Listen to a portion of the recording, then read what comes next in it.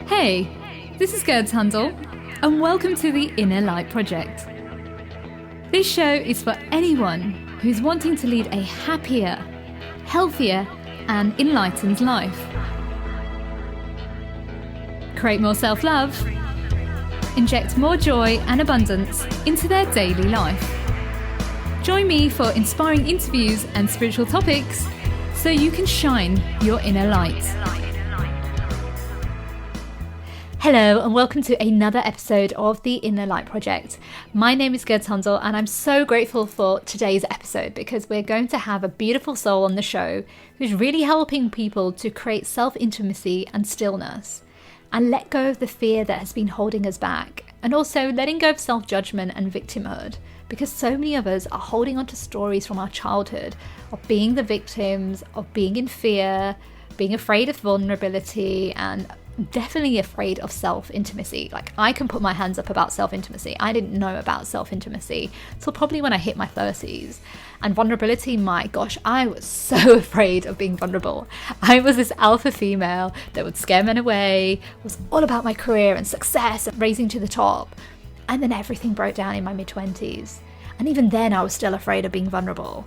And actually, when I shared my story, the more I became vulnerable, the more I realized the power of when we share stories, we actually detach from the story of what we thought we were. And the more I shared my story, the more I took my power back. And now my story doesn't affect me anymore because it's a part of me, but it doesn't hold me back from being my true self now. You know, vulnerability is so powerful. I believe vulnerability is sexy, vulnerability is medicine, because that is what we're designed to be. We're designed to be vulnerable as human beings, but somewhere down in the past, some man said to us that we should not be vulnerable, we should toughen up, we should act like a man, and, you know, etc., etc. However, men and women are designed to be vulnerable. We have emotions for a reason. We're there to express them, and when we express them, we heal. When we heal, we feel. When we feel, we let the past go, and we're able to be in the present moment. Heather Ash Amara is the author of 9 books, including Wild, Willing and Wise. She guides people to shift from self-judgment to discernment, victimhood to authenticity, and to self-intimacy and stillness. Hi Heather Ash, I'm so grateful to have you on the show, and thank you for joining us today. I'm so grateful to be here, Gers. Thanks for having me. Oh, bless you. When I read your story, I was like, wow, what a journey you've been on. And even your name has such a journey as well. And I'd just love for you to share to the listeners what your life was like before you became a warrior goddess. Such a good question. So I was raised in Southeast Asia and I traveled a lot as a kid. And so my younger years, there was a level of awkward, gawky teenager that I remember so fiercely. And that sense of really wanting to fit in, but never feeling like I fit in anywhere. Yeah. And so before I really started my own spiritual path and my own inner exploration, I was such a pleaser. Like, my whole life was geared towards, how can I make sure people like me and that everybody around me is happy? Because if they're happy, then I'm okay and I'm going to be happy. And so that transition of beginning to really look at what I wanted, who I wanted to be, and untangling those old agreements that my life had to be about fixing and helping everybody else, to really learn to stand in my own power and agency and trust other people's journey. Like, I feel like as I started to trust my own journey and that it was going to be messy and beautiful and awkward, that I also was able to settle into trusting other people's journeys as well. Oh, interesting. I can really relate with what you're saying about not feeling like you fitted in. So I'm Indian. My parents are from India, but my mum came here when she was really young. So she's very modern and speaks just like we call it, where I grew up, Yorkshire lass, they say. And my dad came here in his late 20s, but even despite that, I just felt like I didn't know where I fitted in because of the areas that we lived in. I didn't feel too Indian and I didn't feel too white. I just never knew where I fitted in. So kind of like yourself, I started people pleasing so people would like me and I'd feel like I'd fitted in. But it's amazing how that then leads up to the next stages of your life as an adult. Yeah, exactly. And I think so many of us have that feeling that we don't belong, or that if we do something wrong, we're going to get kicked out of the group. Yeah. And that fear of not being held or loved or seen. And I think it's especially true. It's something that I really work to do in our community. We have a really beautiful warrior goddess community, and we really work to lovingly hold each other through our mistakes and through our fears and through our grieving, and without judgment. And sometimes people come into the community, they're like, I don't even know how to be with this. Like, I'm so used to being judged or told who I should be, that it's a really big shift in our lives to learn how to receive love and to recognize we do belong, and that we've always belonged, because we've always belonged to ourselves and to spirit and to the ones that are I think of as our soul family. Oh, that's beautiful. It's so interesting what you're saying, and I've realized with the work that I've been doing for over 12 years is that women have so much shame and people pleasing and sacrificing, and it's generational, and it goes back to like even long before all of us, even long before the witches era, but we've all had this deep shame within us that we're here to clear so we can really come back home to ourselves, like you're saying, the belongingness of who we are meant to be. Yeah, I think that's so beautifully said. And we have a lot of trauma that we're carrying around the burning times, around patriarchy, around places that I always remind people that in the United States, like women didn't get the right to vote for it was about 120 years ago, 125 years ago that we had the right to vote. And for women of color in the United States, it was the 60s that they legally had the right to vote. Yeah. So in my lifetime. And so it's only like 3 or 4 generations where women couldn't own property, couldn't, they had no agency. And that's in the United States. I think Britain is similar. And there's still countries in the world, obviously, where women don't have rights at all. And so I always remind women, we may be really free on the outside in the Western world, where we can decide who we want to marry or not marry, if we can decide if we want to have kids or not have kids, where we can have a job, like pretty much any job, which is remarkable. And yet we're not as free on the inside. We still are chained to generations of shame, like you said, and making ourselves small to stay safe. So there's a lot of work to do inside each of us, and also in supporting each other, to learn how to find our voice and our heart and our presence again. Oh, that's so true. And I love what you're saying, because it's so important. But again, it's not just within us. Well, it's just within us, but also it's our bodies, how we feel about our bodies and connect with our bodies. And we've had all this shame and guilt again. So that's why we've been told from a young age how we should dress, how we should act, how should we think, how should we behave. And society, culture is always telling us how we need to be. But also, and I only discovered this recently, I don't know if it's the same in America, Heather Ash, but it was not made illegal to, and this may trigger people, this is just a trigger warning, by the way, it wasn't made illegal, rape was not made illegal in marriage until 1991 in the UK. And I just went, what? Yeah. That's not long ago. Like, I was growing up in that era, and it just blew my mind how long it's taken. So no wonder women have so much shame, not just within themselves, but relationships and their bodies, and this energy of entitlement that the world has I can't say the word, entitlement about how we have to look, act, and behave in a certain way. Yes, and the image of what we should look like, of how we should dress, of how we should be received. We really can't, there's a way we really can't win. I remind women that we each have created this image of perfection of what we're supposed to look like, act like, be in the world.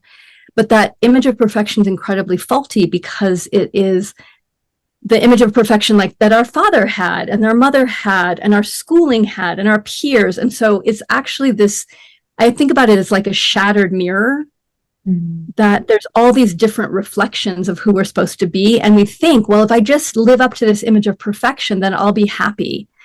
And so often as women, and I know men do this as well in all genders, that there's a way that we spend tremendous amount of energy comparing ourselves to who we think we're supposed to be or where we're supposed to be now in our lives. And so when we do that, every time we compare ourselves to this image, we're abandoning ourselves. Yeah. And so many of us are living in this slightly disassociated abandonment state of relationship with ourselves. And so much of the work that I know all of us are doing is learning, how do we come back home to ourselves? How do we come back home to this body, to this being, to this incarnation, and to start really loving the expression and the uniqueness and the beauty of who we are, so that we're no longer judging ourselves fiercely and comparing ourselves to other people or to this image of perfection, but we're whole unto ourselves, and in that sense of what I like to call self-intimacy, that we really want to know who we are and to let that light come out. Yeah, I love that. That is so true. And we have a long way to go, don't we? This era that we're in, and the more we do it, the more easier it's going to get for men and women moving forward. It's not just for women as well. I realize that there's so much shame for men as well, again, playing certain roles that they needed to be in society, and women as well. And we have to allow ourselves to create, like you said, that self-intimacy and stillness. Can you explain to us why so many people find it difficult to let go of the self-judgment and victimhood? Yeah, I think a part of it is it becomes really familiar. So our parents often are navigating their relationship with self from a place of self-judgment, and it just gets passed down. So I like to talk about there's who we were surrounded by growing up, and the society and what we call the dream of the planet. Most humans at this time dream from a sense of fear and scarcity. And you can see that if you just look at the 5 o'clock news, or you pick up a newspaper and look at the top headlines. What's being reflected back to us is fear, scarcity, war, and judgment. And that there's this punishment reward model. We think, well, if we just punish people the right way, they will become better people. But it doesn't work. And if we just reward people for being good, then everything will be okay. But there's a huge imbalance in that judgment reward matrix, because there's always a sense of not doing it right or striving for something outside of ourselves. So it's familiar. It's all we know. It's like we're swimming in it. And it's hard sometimes to even step back and realize how mean we are to ourselves and how judgmental we often are to other people without realizing it, because it's often so unconscious. Yeah. So transforming it is that willingness to step back and start to witness and get curious about, where am I judging myself? Where am I judging other people? And instead of taking it personally and having shame around it or feeling bad, to realize, okay, the only way to undo an old matrix or an old paradigm is to first turn and face it and really look to see, what is it doing. So I always invite people and myself, like when I first started doing this work of looking at my agreements and seeing how judgmental I was, and how I called it my mean girl voice, how mean I was to myself. Yeah. Temptation was then to feel ashamed or to feel bad, to feel judgmental that I was judging myself, and to learn to just witness. And that's really the first step, is the awareness, and the awareness from a place of witness rather than the awareness from a place of judgment. That's a huge leap, to learn how to witness what's happening in our minds and be able to just simply be like, yep, I'm really judgy today. And I have some really simple tools of how to shift that. And they're simple, but they're practices. It's because we're shifting a paradigm. So when we stop taking ourselves so personally, you start using the tools effectively so that we change rather than using the tools we gain to just judge ourselves more with them. Yeah, I see what you mean. And I think so many of us, well, actually, if you think about it, when we were kids, we weren't really that judgy, were we? We just said what we didn't like, and we just played and were silly and made friends with everybody. And if we didn't feel good or didn't want to talk to somebody, we just said, well, we don't want to talk to them. But then society or family go, no, you must hug that auntie and uncle. And you're like, no, I don't want to. But then they force you. So then it makes you mistrust yourself. And I guess that's where the whole judgment of from right and wrong and being hard on yourself begins. Yeah, and we start making up stories like that. I have a teaching story of of two kids that are playing, and one of them knocks over a vase. Oh. And mom's not home, and they're having a really great time. And often as adults, if we think about a vase gets knocked over, the first thing we're like, oh my God, I'm in trouble. But if you imagine like that you've never been punished before, you would just play. Like you'd be like, ooh, that made a cool sound. And then you would run off and start playing again. And if you imagine mom comes home and is really upset and starts yelling, who broke my vase? And the kid who didn't break the vase points to you and says, they did, it's their fault. And you get in trouble, even though you didn't break the vase. So there's a moment here where if you get in trouble for something that you didn't do, or you're confused about something, there's a natural emotion that arises inside of us. We're humans, we're going to have emotions. And that emotion might be confusion, it might be fear, it might be anger. And emotion passes really quickly. And this is why when you watch little kids, just like you're saying, like even if kids get in a fight with each other, they're out of it in like 4 seconds. Yeah. Right? If there isn't interference, they're just like, I hate you too. Want to go on the slide? Okay. Like little kids are like, their emotions move incredibly quickly. But what happens at a certain point is we start making up stories. And the story might be like, why did I get in trouble when I didn't break the vase? Well, mom loves my sibling more than me. That must be why I got in trouble. And we'll grab something. This is the thing about the mind. The mind loves being right. It would rather be right with a false story than not know why something happened. And so when we understand that about our brains, we can start having a sense of humor and a sense of kindness towards our storytelling. And we're really good storytellers. And just to learn to witness our own stories, because you can see if this little kid believes mom loves my sibling more than me, and mom comes in and says, honey, I'm so sorry that I yelled at you. The vase was really important to me, but I know it's not as important as you are. I love you so much. Come to dinner. There's going to be a part of your brain that's like, yeah, but I think I know what happened. And this is what we start doing. We start selective evidence gathering. And we're brilliant at it. So mom passes your sibling the mashed potatoes first. And our brains are like, see, I knew it. She does love them more. Now I have evidence. And we start gathering evidence and we start bolstering our stories. And so learning to start to untangle that takes really determination and a kindness towards self of what we've done and how we've tangled our stories up to sometimes create these elaborate identities and boxes that we keep ourselves in. It's so fascinating that you brought that up, because when I was a kid, my brother used to blame me when he used to break things in the house or do something wrong. No. Like, she did it. I'm like, I didn't do it. And I'm like, you always take his side. You don't believe me. And then it's so interesting how that then manifested into my teenage years, when I'd be in school and certain friends would try to blame me for something they had done. And I'd always like stand up for justice. This is where I guess my justice energy came, because it's like, I have to stand up for what's right. I didn't do it.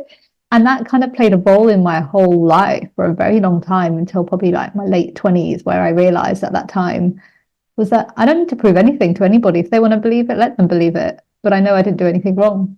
And what I'm trying to say is, like, we take on stories from our childhood and it just goes into our adult life, and we don't even know that we're playing that old repeated pattern again and again until we say enough is enough. Exactly. And that we don't even need to remember the originating story. It can be helpful to remember the originating story. And just living in your life and paying attention, you'll start to see, like, our agreements are played out in front of us all the time, or within us all the time. So when we start to pay attention and witness, what am I reacting to? What's the story I'm telling myself now? We can start to see what we've created inside of ourselves. And some of it, there's beauty. Some of it we want to keep. So probably part of the justice piece, like, I know for me, I have a huge justice piece in me, and I've used that mindfully to like help people that are in a minority that use extra support, not because I feel like I have to fix, but be like, I have privilege. How can I help? Can I be in service? And that comes from some of my childhood stories and experiences, and also my own nature, my own essence coming through. But I know once we untangle things, we become much more effective in following our hearts and not coming from the wounding. And that's the whole thing, like you said about the heart thing. It's always from the heart, not the mind, but we have been raised to think in our minds. So how do you help people to create self-intimacy and stillness within themselves? I have two main practices that are, well, I have a gazillion, but let's do two of my favorite ones that are, again, really simple, but really supportive. So the first one came, I went into silence for 40 days about 15 years ago. And wow. Yeah, it was big. And I made the decision because I'd been working with the spiritual group, working with Don Miguel Ruiz and our community around doing big body fasts, like limiting food intake. And like, we were doing a lot of work around the body. And one year I realized I really need to clear my mind. Like, my body is fine. My mind is a mess. And so I went into silence with that thought. And my hope was that I would just have this beautiful, still, peaceful mind, and I connect to spirit, and it would be so wonderful. And that is not what happened. I had a good couple weeks of really seeing how chaotic and unruly and cruel my mind was. And what I called it was disaster mind, that my mind would go into the past and looked at worst case scenarios and then look in the future at what could go wrong. And so this practice that I do now came out of that. It came out of it, not a concept, but a really deep experience that I had in relationship with my mind as a young woman. And what I learned is that our minds often run on lots of commas and lots of semicolons. So we judge ourselves for judging ourselves. We think about worst case scenarios. There's just this huge run-on sentence. And so what we want to learn to do is, the moment that you witness your mind going into disaster mind, you take a period and put a period in, period, and then take a breath. And there'll be a little bit of a space, and then probably the mind starts up again, and then period, come back into the present. And a beautiful way to come back into the present is put the period in and put one hand on your heart, one hand on your belly, and take a breath and just really come back this present moment. Hi, sweetheart. And then choose where you want to put your attention. If we can meet ourselves with love and put the period in our minds, and then come back to our bodies, come back to gentleness, then we can feel and ask ourselves, where do I want to put my attention next? And practice that over and over again. So that's the period practice, which is a sweet one. I love that. It's the connection to the inner child, isn't it? Your inner child, and making sure she feels safe and heard and understood, right? Yes. Yeah. And to this physical, I like to think of it as our animal body, like checking in with our animal body. Hi, love. I'm here. I'm not going to abandon you. Because again, so often we go into our minds and the stories and we abandon our bodies. So coming back home. I love that. Yeah. And then the second one is what I call the gaps practice. And sometimes we get into our head that the only way we can connect with stillness is if we meditate for a couple hours a day. Like if I was doing spiritual practice right, I would be meditating. And don't get me wrong, I love meditating and I love stillness practices in that way. And there's a way that we can weave a stillness practice into our day by looking for the gaps. So in our lives, we have places where we're walking down the hall to the bathroom, we're waiting at a stoplight, we're in line for coffee. All the places where we're in between, what we often do is fill that with thinking or checking our phones or worrying about something. And so all of this precious space throughout our day often gets filled with noise. And so to start to become more aware of on your way to the bathroom, instead of thinking ahead of the next 3 things you're going to do, can we connect to stillness? Can we just show up and let there be spaciousness in all the gaps? And sometimes for me, I just connect with my breath and with my feet on the ground, with my senses. Some people will chant or sing songs as a way to redirect their minds. So you can, again, choose what you want to put into that gap, but looking at the immense amount of gaps we all have in our life and training ourselves, and it's really a retraining ourselves to go towards stillness instead of towards noise. I love that. That is so important. And that's what we're meant to be. Like, I think some of us think we need to be in survival mode all the time. And I think a lot of us have been living like that way, but actually wholeness is the stillness, like you're saying, and the connection with self and the calmness with self. Yeah, and it leads to then more self-intimacy. We're so distracted by our devices and by other people's stories that we haven't learned what our heart story is. And it's only in stillness, it's only in getting the mind quiet so we can drop into our hearts and into our bodies that we can start to get to know our essence and our heart song. And I love that. There's many indigenous teachings that the foundation is that we each have a unique song, and we're here to learn what our song is and sing it in the world. Isn't that beautiful? And in my tradition, we're each a ray of light. We're each a unique ray of light, and we're here to reconnect with our ray of light and shine that light into the world, because our unique light, our unique song is needed. That's why we're here, is to sing it. And just like a bird, the bird doesn't sing because it's trying to do something. It sings because it's expression of life. And I know we need more humans on the planet that are expressing their essence, not for anything, not to any purpose, but to let that light or that song shine out, because it affects people when we're truly living from our center.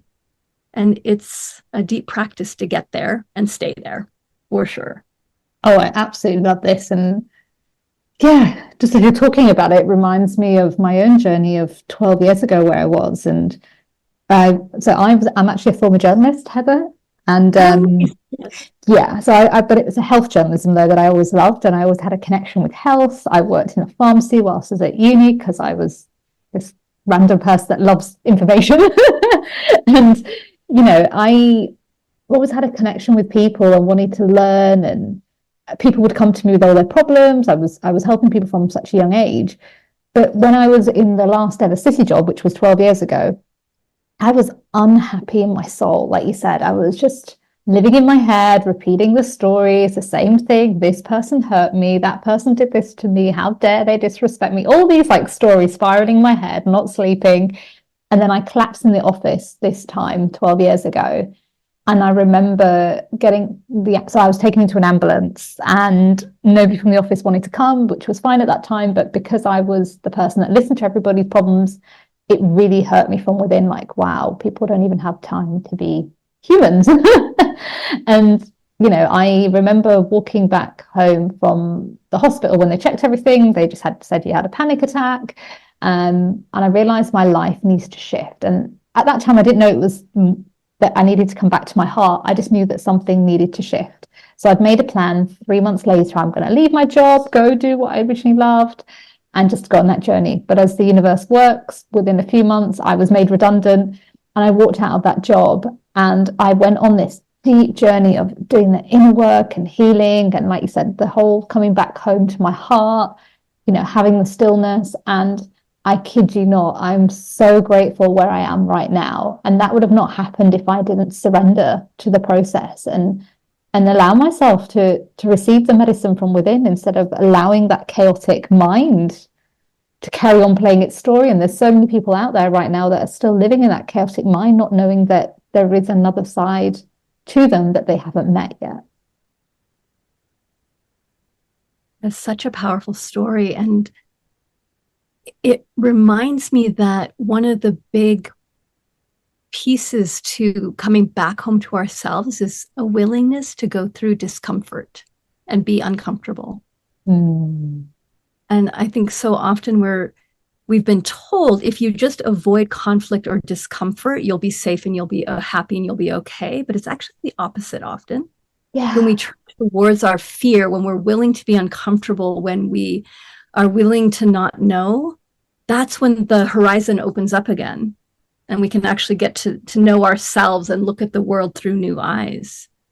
But we have to be willing to leap, and also to be in the discomfort like you were willing to be on your journey. Oh, yeah. And it was so interesting that you're saying about the discomfort. So there was things that I feared of, like I had certain fears of like certain animals, and I'd go to like these, I didn't know what I was doing, right, Heather, 12 years ago. Like I was just like, I need to heal. And just, when you're trying to find the path, you try everything. Yes. I'd go to retreats, events, everything. And then I went to some places where like I walked over fire, barefooted. I walked over glass barefooted. I broke arrows with my throw. I did all the stuff, and boards with my hands. And I'm just like, wow, I would have never imagined that when I was in that journey at that point to be doing that. But there was a fear I had of snakes and crocodiles. It's very strange, but it's what I saw on TV at a young age. And we had to write our fears on this arrow. And then these are kind of safety arrows, by the way. They're not kind of arrows that you would use, like,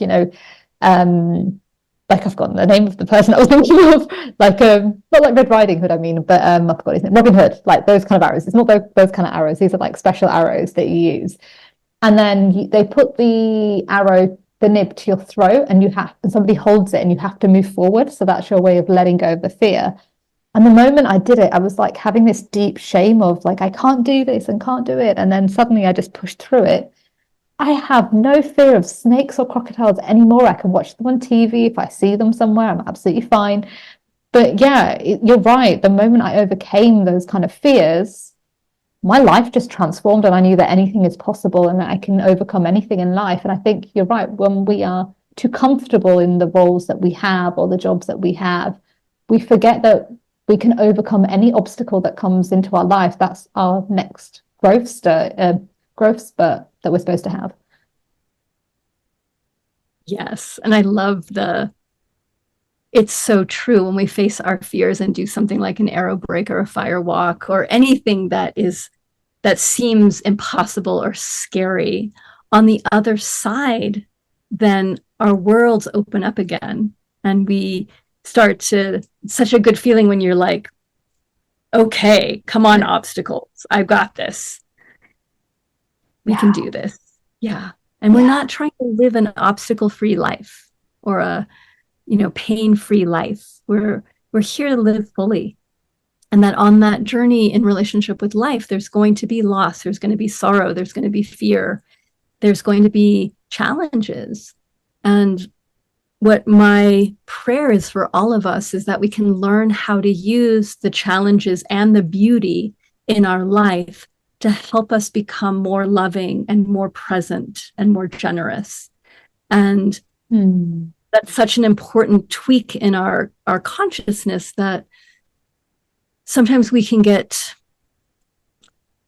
trapped, we can say, in starting to use everything against ourselves. Like I've heard people use meditation against themselves, use any spiritual tool and start punishing themselves or making themselves wrong because they're not using it right, or because it's not working, or because whatever, fill in the blank.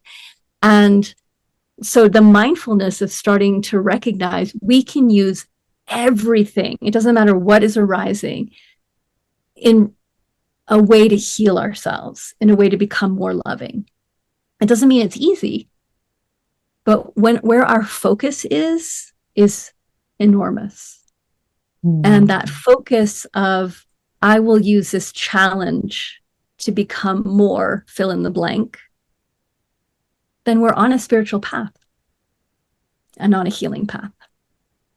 I love that. And yeah, it's so true what you're saying, because people don't realize is that life is not always going to be rosy. Like you said, when there is light, there is also darkness. Where there's happiness, there's sadness.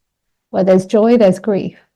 We have to like ride that dance of life. And I think sometimes people think that, oh, there's something wrong with me if I feel sad. No, what is it inviting you to heal? What is it inviting you to let go of? What is it inviting you to come back home to yourself? Yes. And isn't that beautiful? Life as an invitation. To see that we are in relationship with life. And I've been using the metaphor recently of a river, that there are places on the river of life where we need to paddle, and it's helpful to have skills of knowing how to paddle and where and how to read the river. And there's places where we get to put our paddle down and rest and really let ourselves be carried by the river and let go. And there's places where we also get to jump naked into the water and play and frolic and be free. And that learning how to listen and be in relationship with life, not as something to control, or not as something to like paddle through constantly, or to just like, I'm just going to let it take me wherever it's going to take me. Because what'll often happen is you end up in a circle because you hit an eddy. Learn the skills of being in relationship with life and knowing how to dance with it. Yeah, I love that. I really do. And it's so interesting that you brought up river, because there's something about it this year, because everywhere I go, I keep meeting people talk about river, and I met a lady whose actual name is River. Yeah, and I've been around lots of water like I used to be before recently this year. And it is a reminder, like you said, flow like the river. There's bumps, there's things that are going to come in the way. Like you said, you need to slow down. But that is life. You know, nature is life. Nature is teaching us, just like the moon, the full moon, the sun, the full moon, the new moon, about shedding things and then manifesting and rebirth. But we have a choice, isn't it? It's always about a choice of coming back home to ourselves. Yes. And that is really the one choice we have, is how we're in relationship with ourselves. And life's going to do its thing. Life is unpredictable. It's messy. It's magical. It does its thing. And, you know, I went through a wildfire a couple of years ago. I have just an interesting relationship with fire, because I've been a firewalk instructor for 30 years. Oh my God. Wow. And yes, I have a huge love of fire and lots of time in with fire as an ally and a guide.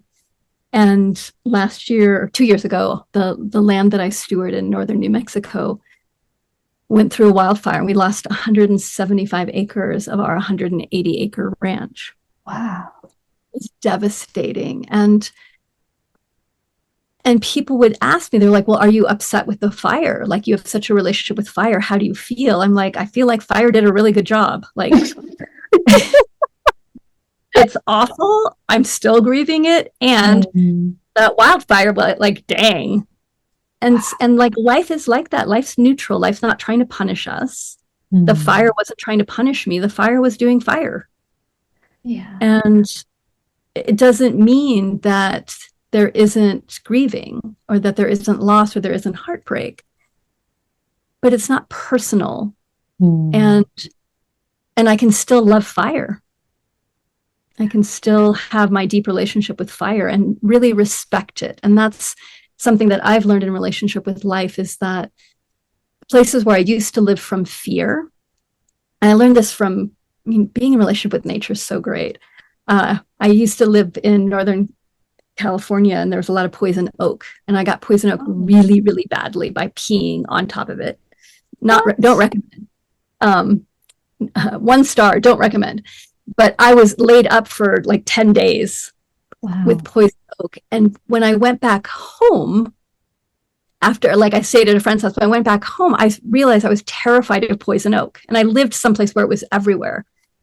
And so one day I realized, okay, I have to navigate this fear, just like fear of snakes and crocodiles. Okay. So I went and I found the biggest patch of poison oak I could find, and I sat in front of it, and I was like, hello, friend. We need to talk, because I can't do this anymore. And I know it's not you, it's me. And I said, I need help. How do I be in relationship with you? How do I live out in the wilderness in this way and be in relationship with you? And I got the message back was, respect me. Wow.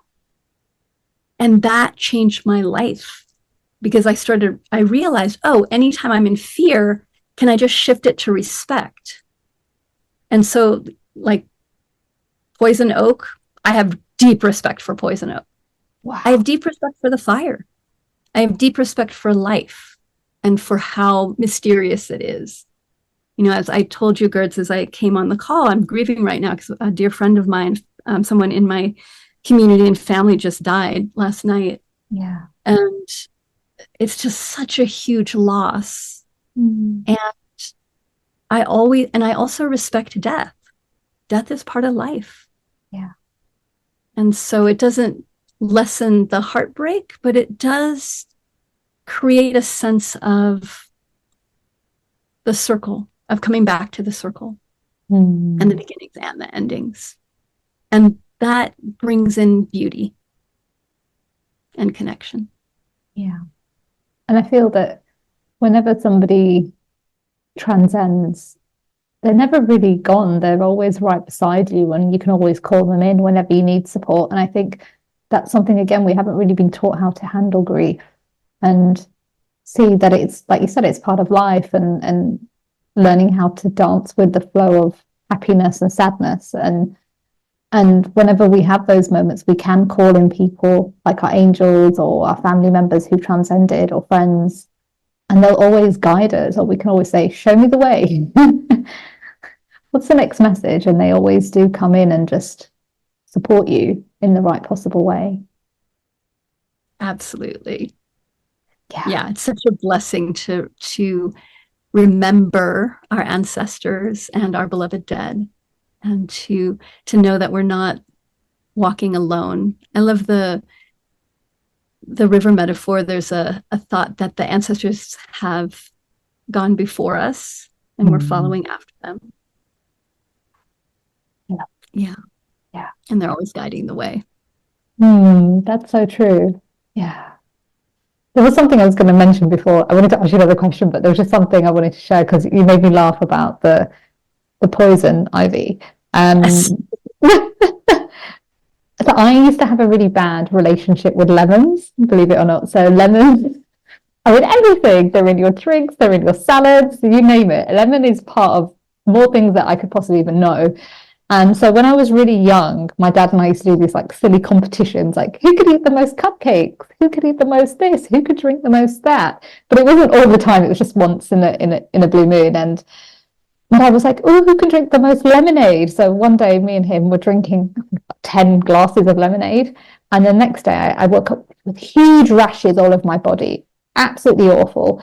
And the doctor said, you're allergic to lemon. So after that, I built this fear in my mind. I'm allergic to lemon. If I'd go out with friends when I used to drink over 11 years ago, I'd be like, oh, I can't have lemon because I'm allergic, and my throat would like dry up. Or if it was on a salad and I found out something, my throat would dry up. And then somebody told me, gosh, we're talking nearly a decade ago, just let go of the story. I know some people have deep allergies, and I'm not trying to say that they're not real, because there are severe ones. But with this situation, it's because I used to have lemons and then I stopped having it. It's a different situation. And so she said, forgive the lemon. And I looked at her and I laughed. I went, forgive the lemon? What is wrong with you? She's like, no. She's like, forgive it. And I said, okay, I'll give it a go.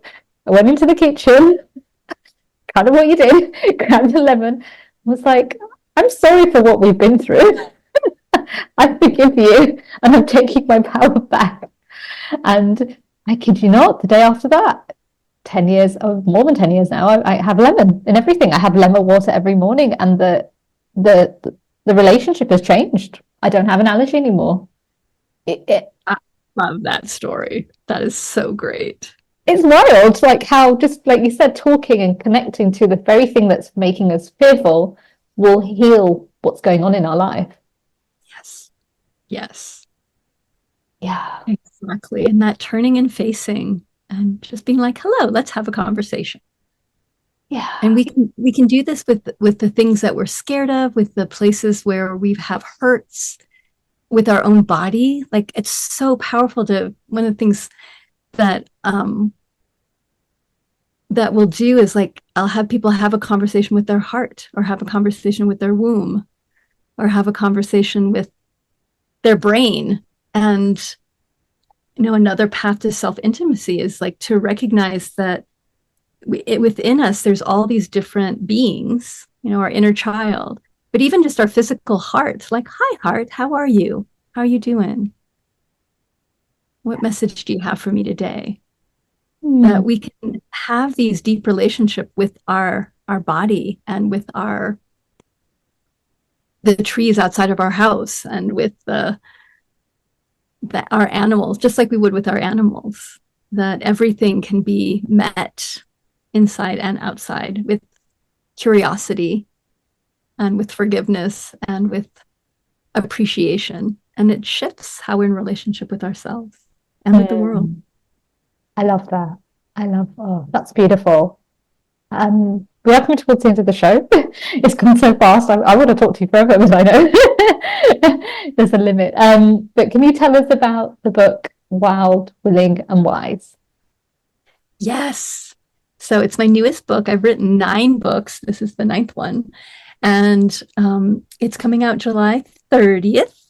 It is a exploration of the river and of the 3 main guides of wild, willing, and wise. And it was originally inspired by the archetypes of the maiden, mother, and crone. Wow. And I wanted to take them out of gender and bring them into archetypes that everybody can connect with. And so wild is the part of us that is exuberant and curious and expressive and wants to try new things. And willing is the part of us that is steady and sustainable and willing to do hard things, like willing to be in relationship with challenges. And the wise energy is a part of us that can witness and be still and look again and see the longest story possible. And with each of these energies as guides, you want all of them in the boat with you on the river, and to also find balance. So we can have excess wild or deficient wild.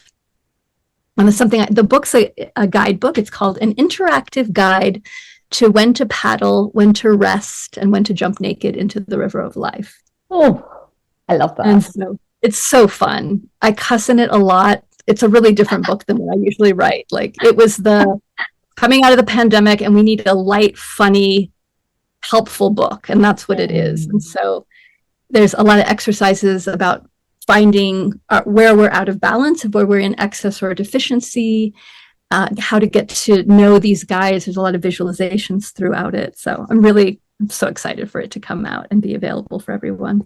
Oh, I love it. And where can my listeners find it? Pretty much everywhere.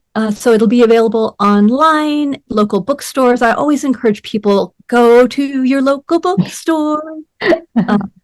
And if they don't have, bookstores are so wonderful, because if they don't have a book you want, they can often order it. You just have to ask. So yeah, so online or at any local bookstores. Beautiful. And what are your 5 top tips for someone who wants to feel wild, willing, and wise, but they don't know where to start? First one is be willing to run experiments, try new things, make mistakes. Second one is to watch animals and kids. Animals and kids will teach you about how to be wild. Third one is to watch adults and to connect with deities and movie characters to teach you about willingness. So we just find role models and read memoirs and watch movies of people that inspire us to be courageous, to be brave. And that for me is willing. The fourth one is to spend more time in nature, in stillness, watching trees and birds, lying on the ground to connect with our wisdom. Because that wisdom comes from just being rather than doing so much and letting the ecosystem around us reconnect us back with our wisdom. Oh. And the fifth one is to not take ourselves so seriously, to have fun, to be delighted, to wander more and be in awe more. I love those. Thank you for sharing. And I've just got two more questions. And what are you most grateful for?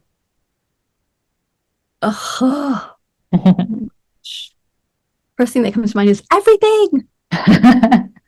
And I'll say community, spiritual community, healing community of loving each other through the beauty and the hard times. I love that. And what shines your inner light?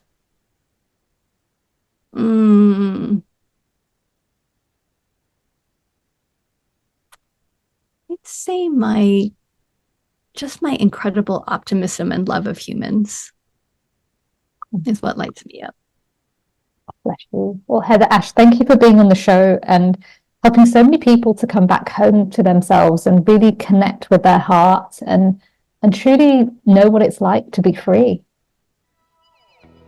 Thanks so much, Gerds. It was a joy to have this conversation with you, and I'm never going to look at a lemon without thinking of you. Bless you. Oh, thank you. I love you, Heather. You're an amazing soul. And I want to say thank you so much for just being on the show and sharing your wisdom, because I feel like all of us can learn something from you. Unfortunately, that's the end of the show. Before I leave, I want to leave you with this quote.